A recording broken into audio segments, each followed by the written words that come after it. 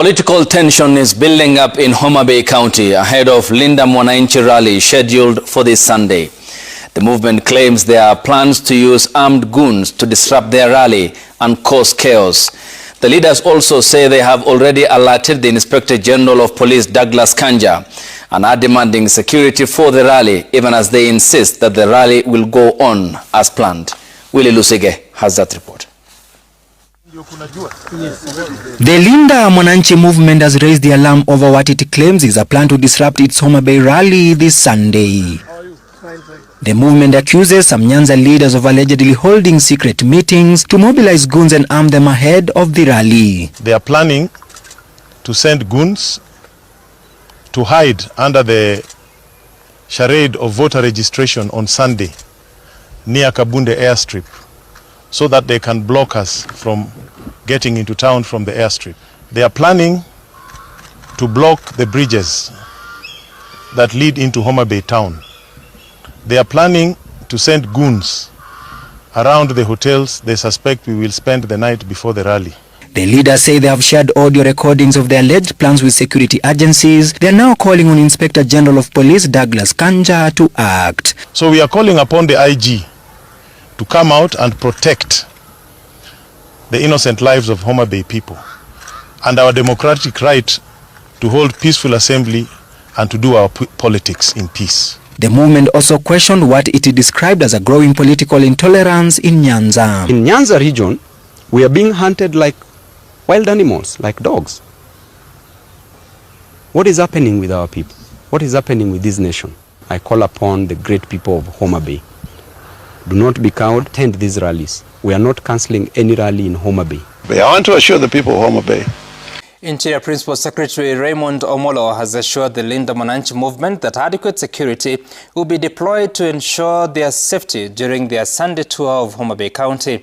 The PS warned that anyone who attempts to disrupt or block the rally will face firm action.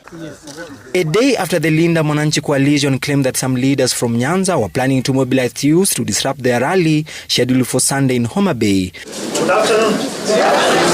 Principal Secretary in the Ministry of Interior, Raymond Omolo, says Linda Mwananchi has the right to hold the rally. He says security agencies have put measures in place to ensure peace and security are maintained. Whether they are in whichever formation, everybody has a right to go to any part, any corner of the country and canvass their issues. Omolo, however, urged the organizers and participants to respect the law and maintain peace during the rally. The position is very clear. Everybody is free to go anywhere. While at it, the expectation is that we must observe law and order. Omolo warned that any goons used to cause chaos during the rally will face the full force of the law. Criminal element or criminal act that is either related to politics or political contestation will not be tolerated. We should not allow ourselves to be misused by any political player for their own selfish interest. Meanwhile, Siaya Governor and one of the organizers of the Linda Mwananchi rally in Homa Bay, James Orengo,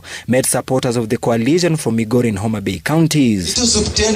Orengo says Linda Mwananchi seeks to reclaim the political space once dominated by the ODM party. Only true national party which was founded by Raila was ODM. ODM was everywhere. There are a party which in every... On 16th, coming Sunday, we want to welcome everyone to the Linda Mwananchi rally that will happen in this county.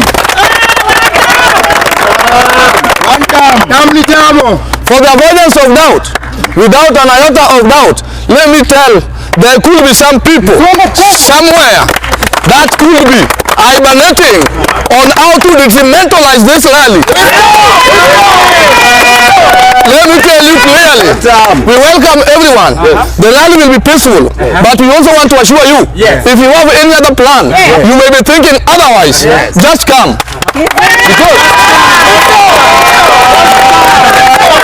They are more than prepared. I'm saying this because I know, as rumors are also true, that there are some people somewhere in some offices currently doing some nonsensical meetings to disorder this meeting.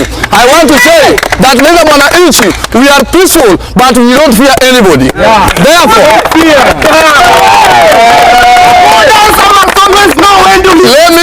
Let me mention the energy that is now coming in. Party leader, we have James Bob Orengo. We have Babu Owino. We have Brian Weke. These are two sons of the soil. That must be on the table when negotiations are being done. And therefore, we want to send every information in all the corners of this Bomba County that come on 16th. We welcome everyone. Don't fear. Your security shall be guaranteed by the youths themselves. Therefore, I take this opportunity to welcome the Linda Mwananchi fraternity to Suvaland. The Nairobi Senator, Sifuna, made one of the most landmark statements during the LSK annual meeting.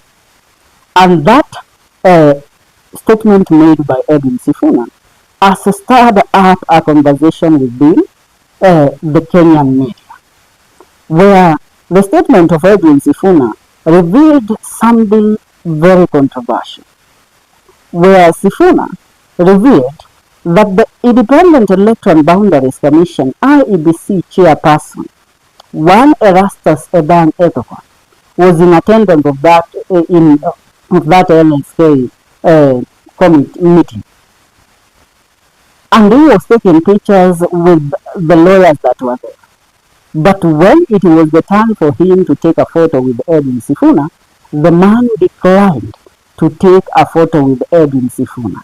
And Sifuna, being the man that he is, being a man that does not hide in shadows, he decided to speak about it. And this is in clear revelation of how these politics are being played and how IEBC is so biased. Sifuna suggested that the IEBC chairman was not comfortable with posting for any photo with him at the lawyers' conference. The Nairobi senator revealed that Independent Electoral Boundaries Commission IEBC chairman Erastus Ethokon declined to be photographed with him during the Law Society of Kenya Gala dinner held in Diani, Kwale County on Friday night, August 15th. Speaking at the event, Sifuna acknowledged spotting Ethokon in attendance, but noted that the commission chairman steered clear of any photo opportunity, a reaction the senator attributed to his own controversial political standing. The senator turned the moment into a candid observation that about the political consequences that have befallen those seen as close to him. He pointed to two cases as examples. The Higa Senator Godfrey Ossos, who was stripped of his position as ODM deputy party leader and removed as chair of the County Public Investment Committee in the Senate, and Bomula Member of Parliament, Jack Wamboka, who lost the chairmanship of the Public Accounts Committee in the National Assembly. And I quote him, "Those who have associated with me have lost quite a bit.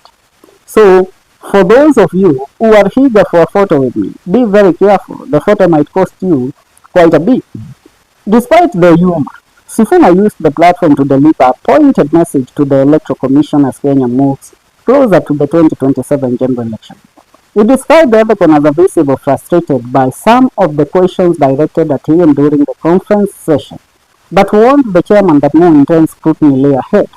And I quote him, "I can assure him that the bombers of Kenya will be 1,000 times hotter. The pressure, as they say, only increases from now on." The Senate outlined specific expectations from the IEBC, calling the Commission to get the procurement of both technology and ballot papers right.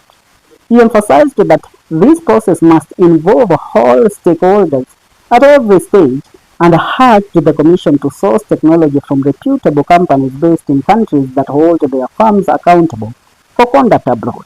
And I quote him, "You have to deliver a free, fair, verifiable election as required by our Constitution. There are no two ways about it," Sifuna told Ethokon.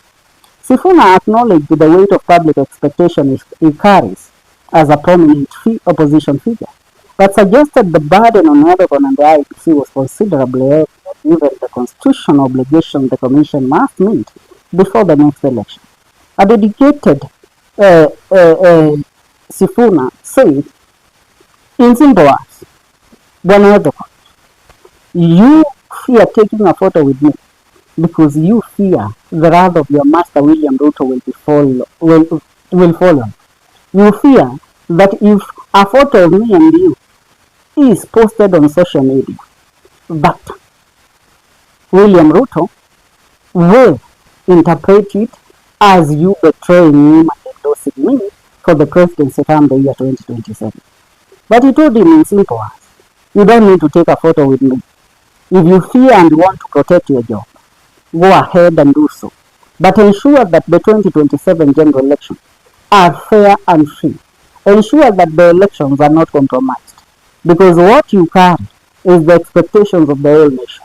What you carry is a future of the whole nation laying on your back. If you compromise that election in favor of your master and puppet, William Ruto, then be ready for the consequences. Because it is not the president or me that will, it's not me or the opposition that will make you suffer.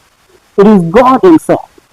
I mean, in quotation of some different scenarios.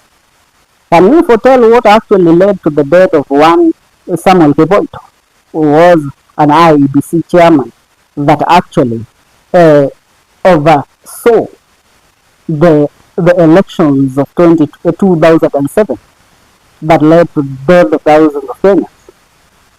No, you cannot foretell. Karma struck him hot. Same question. Can you tell how a very strong and healthy Wafula Chebukati, who oversaw the elections of the year 2022, which saw William Ruto win in a controversial way, can you tell how that man ended up being sick months after declaring and swearing in William Ruto as the president? Chebukati fell in the year 2024. Si aliweza kuiaga dunia less than 2 years after declaring William Ruto the president. So, Bwana Edo, you are a young man, 50 years. Are you ready to suffer the wrath of God? Because this is not the wrath of the people. The Kenyans who pray for a better Kenya, who pray for a constitutional Kenya, a Kenya that was blessed by God. Are you ready to become as wise as Solomon or as foolish as Chebukati and Kiboito? That is actually what Sifuna told him.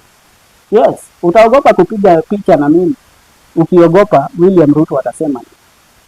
But are you ready to answer to Kenyans kama utacompromise the election ambayo inapita? Mtazamaji, that's what's up. Ningetaka kuyasikia maoni yako in regards to what Sifuna said in that meeting. Also, in regards to the whole speech of Sifuna that have begun this video with during the LSK dinner gala. Achia maoni yako kwenye comment section. See you in our next video. Make sure you subscribe. Na